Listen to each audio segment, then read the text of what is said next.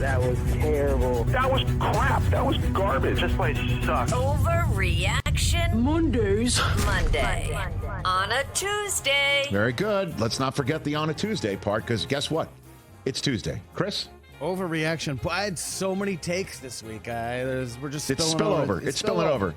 Everybody good? You guys good? We're good. We're good. Thanks for asking. Really. You know who's really good? Jayden Daniels is really good. Yeah.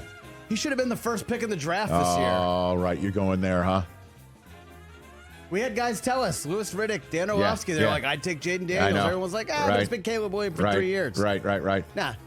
Remember Bears got it wrong. And you remember when Jayden Daniels should have went first. And you remember when Cliff Kingsbury showed up in Chicago at one point, where I'm thinking, okay, they're going to get him from USC to be the OC for this guy, and they went to Shane Waldron instead, and now Cliff Kingsbury's dialing it up for Jayden Daniels, dialing up tackle-eligible plays on the goal line, dialing up keepers with some interesting designs on the goal line, calling for go routes to end games with 2 minutes and 10 seconds left to say, okay, kid, dot it.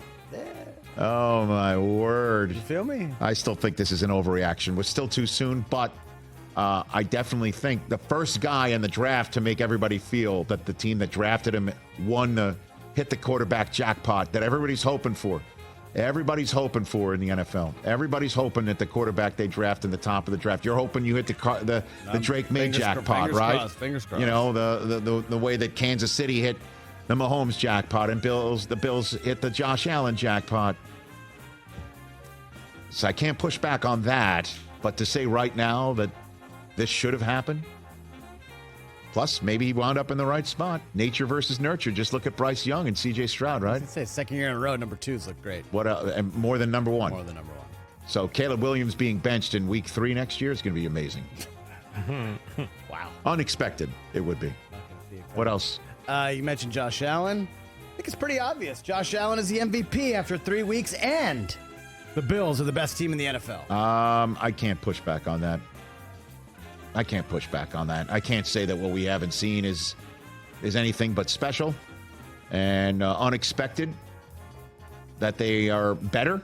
And I think, again, it's because the expectation that has been absolutely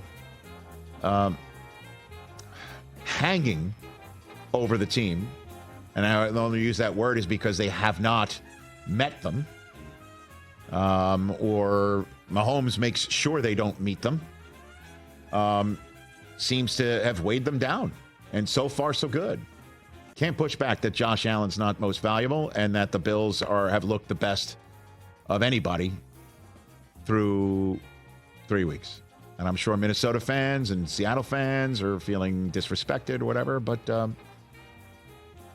can't push back on that. I don't even think they can either, but go for it, Chris. What else? Yeah, it's opposite end of the spectrum what happened in Cincinnati. Bengals are in serious trouble. They're going to have a top 10 pick in the draft this I year. think that's an overreaction. So they go only 500 the rest of the way. They wind up 7-10. Because again, 7-10. Anytime you keep 6 on, and 11, you know, and I appreciate you frequently bringing up the threshold being a top 10 pick. And again, last year the Jets were 10. They were 7-10.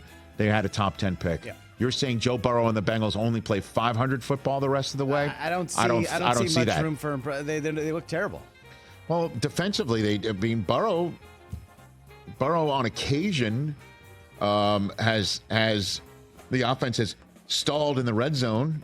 Other than that, you know, he's the other quarterback with 3 touchdowns and 300 yards in a single game this year, other than Andy Dalton. Yeah, that was game script. Defensively, they were behind the whole game. Defensively, I have my issues with this team, but I'm not going to sit here and say the Bengals go 500 the rest of the way. What else, Chris?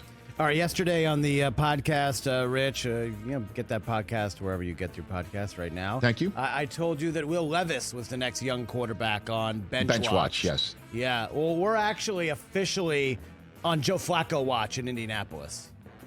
That's why would you buy into what he was texting the group over the weekend? Why would you do that? Because Anthony Richardson looks terrible. And he hasn't played a lot of football. And if you want to win now, you go with the guy who's a winner and can win now, and that's Joe Flacco. Dude, why are you just disrespecting my opinion like that, though? Because I disrespected it to your texting face. That's what I'm asking. I didn't have a chance to speak to you in person about it. It was just a thought. Go for it. You know, I'll give you the floor. I just saw some very bad picks, and I was like, oof, man. This guy is the future. He is the future of this team. Right. And the whole point about Anthony Richardson was what a shame it was last year that they could not give him the reps in the games that he needed to season. And when he came out of Florida, that was the whole idea, is he was like the least pro-ready. And he wound up starting because they weren't going to go with Gardner Minshew. And I'll tell you what, with all due respect to our friend, pal, with all due respect to our friend Gardner Minshew, or I'll consider him a friend, if Anthony Richardson was in Las Vegas right now, he'd be starting. So the Colts need to get him the reps and the time, and it will look choppy, and it will look like it did under, 2 different snaps? One snap, he throws to Alec Pierce for 50 yards, and it's like, whoa. And then the next snap, he doesn't see 3 bears right in front of him, and he throws it right to him. The Colts just need to live and die with that right now because he's the answer, and Shane Steichen is the guy they brought in for him with the RPOs. Give it some time, man. He has the lowest completion percentage in the NFL and the second lowest QBR. What are we doing? Okay. That's an overreaction. Both of you guys should be ashamed. All I did was ask a question. I know you did. Flacco won awards last year and took a team to the playoffs. The fact, TJ, that he's taken that germ of an idea and placed it in this segment. Yeah, that was only speaks poorly of your initial germ of a thought. What else, Chris? Wait a second. I don't know. I thought it was interesting. Okay. You know. All right. Let's go to another team that's grossly underperforming, the San Francisco 49ers. Giving in and paying Brandon Aiyuk, big mistake. Shouldn't have done it.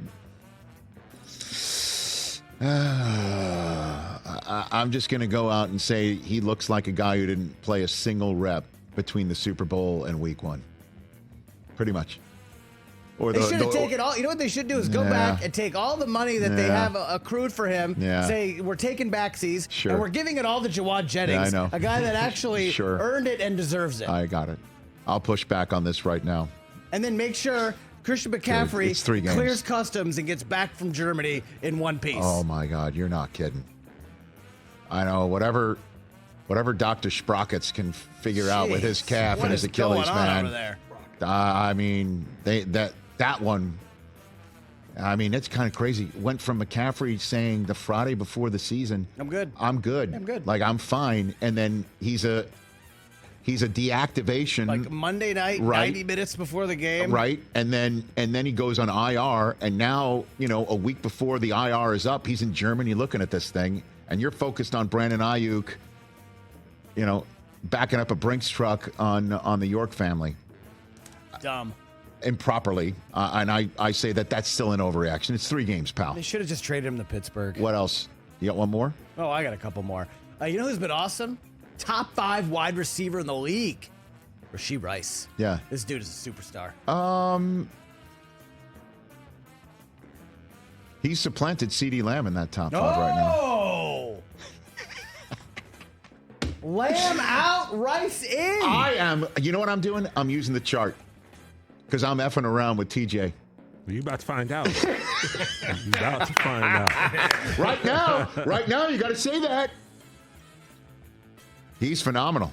All right, I'll buy this one. Oh. Yeah. All right. Why not? Well, who's the other 4 then? Richard? The other 4 are not CeeDee Lamb. That doesn't tell me anything. Mark Chase, after last night, I mean, you look good. He's knocking on the door, let's put it that way. Rashee Rice looks good. Hour 3 coming up for our radio audience on the program. All right, brother. You got one more? You think we need one more? Okay, we'll do one more. I love it. All right, we'll get one more. I honestly love the silent movie acting moves you make when you're so surprised that drop that you know is coming was played. I didn't know I had no word. Look, it's still early, okay? You know what I mean?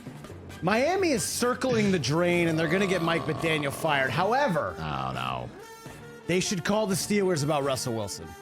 Save their season. He'll get handled when it gets handled. Call the Steelers about Russ Wilson. Russell Wilson's not playing in Pittsburgh this year. Like, we really need to just be honest, and Mike Tomlin should be honest with us. Fields is the guy for the rest of the year. Interesting. He looks great. Russ isn't going to play. He wants to play. Save Tua from himself. I Call think- the Dolphins. no. You can't roll with Skylar Thompson, Tim about this? Boyle, How about this? and whoever else. How about this? Snoop Huntley. You know, I love McDaniel. He's not getting fired. He just got extended. Number one, that's number one. Number two is he just needs to channel his inner LaFleur and figure something out. It doesn't help that Raheem Mostert's out. Let's try and run the ball against the Tennessee Titans and give Skylar Thompson some way to get through the day, because Tua clearly is coming back, guys. Unless there's some shocker. He flew with the team to Seattle on a 6-hour flight. He clearly is staying around the team. I don't think he's quitting. So, with all due respect. So I don't believe calling for Russ is what they're going to do yet, unless they get some news that Tua's out. And that might, be closer to the trade deadline. But that's an interesting food for thought right there. Catch the Rich Eisen Show every single day on the Roku Channel, 12 to 3 Eastern, for free.